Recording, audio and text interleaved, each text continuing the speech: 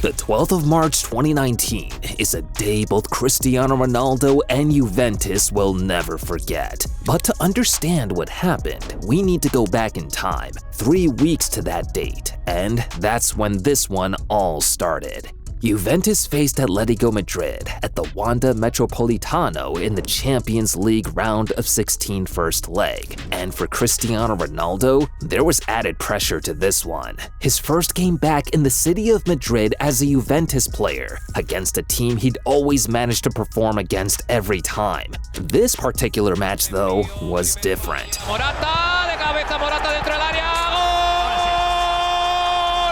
Juve lost 2-0. Goals from Diego Godin and Jose Maria Jimenez did the damage. Juventus didn't manage a proper attempt at goal, and Simeone had carved out a master plan to frustrate Ronaldo. It wasn't just their manager, though. Even the fans managed to get to Ronaldo.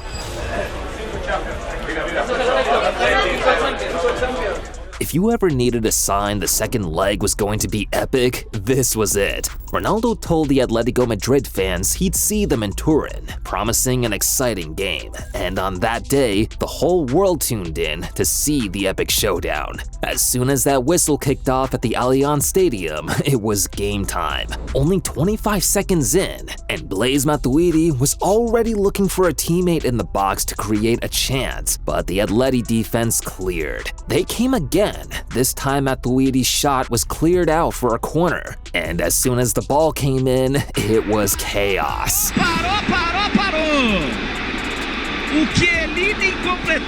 Chiellini thought he scored, but after a VAR check, the ref said no goal. He claimed Ronaldo had fouled Oblak, which made him lose the ball and waved play on.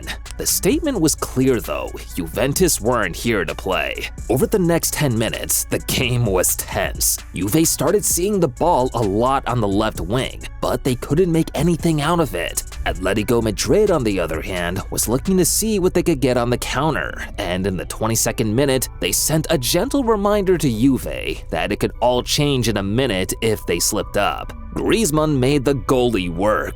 Atleti continued to show Juve how vulnerable the scoreline could be.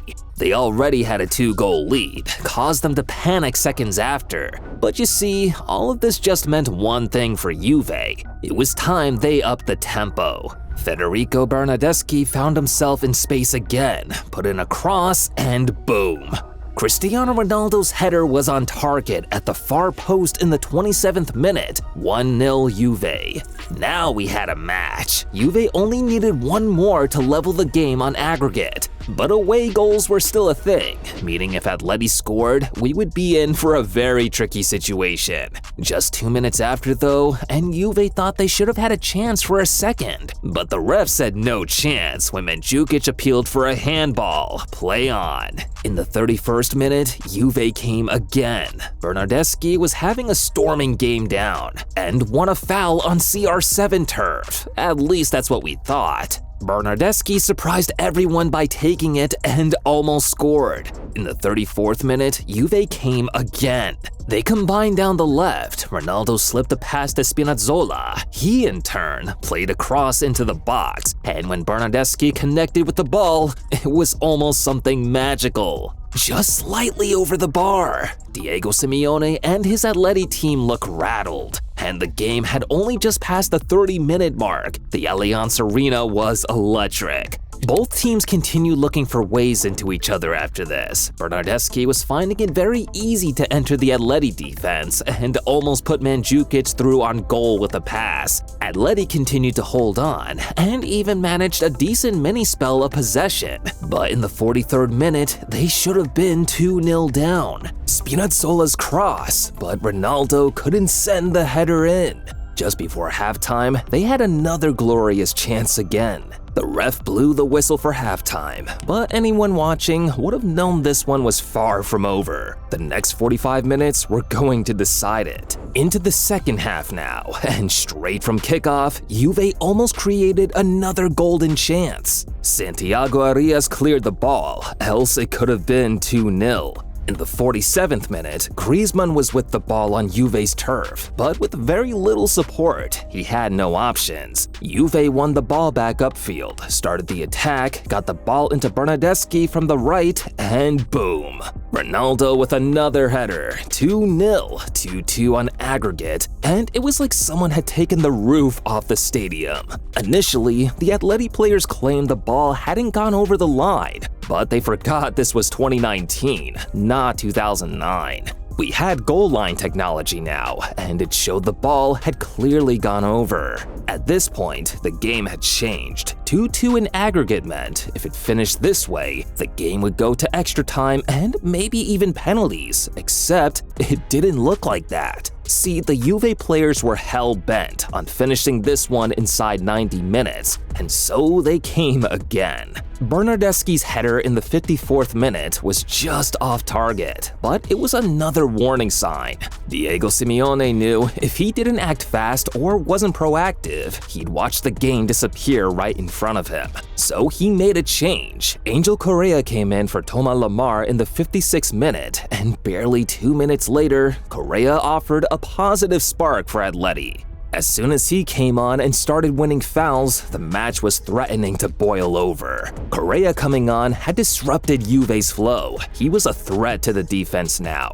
And in the 62nd minute, he had another pop at the old lady's goal. Just blazed over. In the 64th minute, the ref gave the first yellow card of the game to Federico Bernardeschi. By the 67th minute, Juve's coach Max Allegri figured he needed something to up the tempo. Atletico Madrid was slowly growing back into the game. He needed something more dynamic in attack, and so he took off Spinazzola and brought in Paulo Dybala. Game on.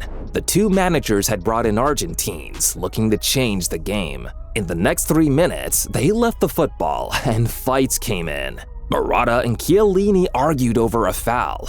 Godin dragged Dybala back, and Koke kicked the ball away. No card.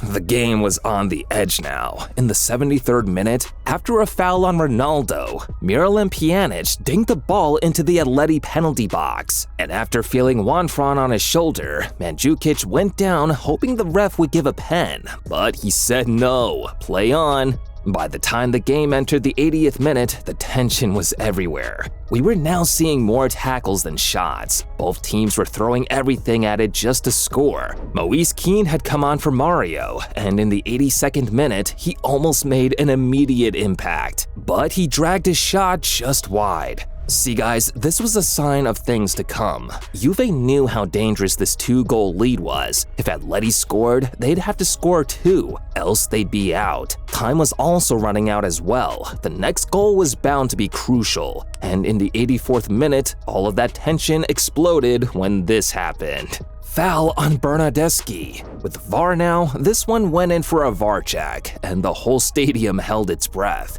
If the ref gave it, you just knew who was going to take it for Juve. But if he didn't, Atleti would have another lifeline. We didn't have to wait too long after. The ref had checked and made his decision. Penalty kick to Juventus, and Ronaldo did the rest from 6 yards out. It's 3!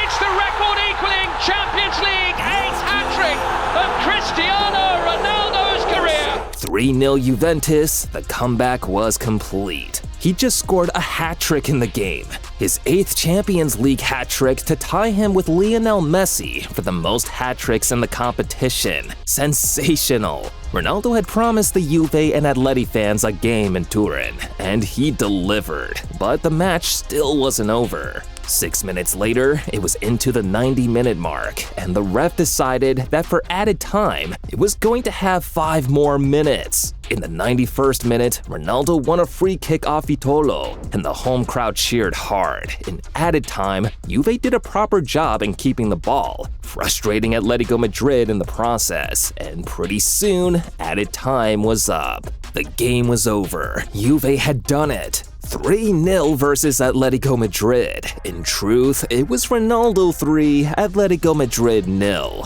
This was his 4th hat-trick against Atleti. No one had scored more hat-tricks against Simeone's team in history. He kept his promise too, shushed the Atleti fans in the process, and had made himself the most popular man in Turin that night. He even got his family to watch too. What a game. But just before the players went into the tunnel, Ronaldo had unfinished business on the night, a special delivery for Simeone himself. Dude, you see the earrings on her? Yeah. Oh, jeez. Okay. I think I know who that was directed at. Diego.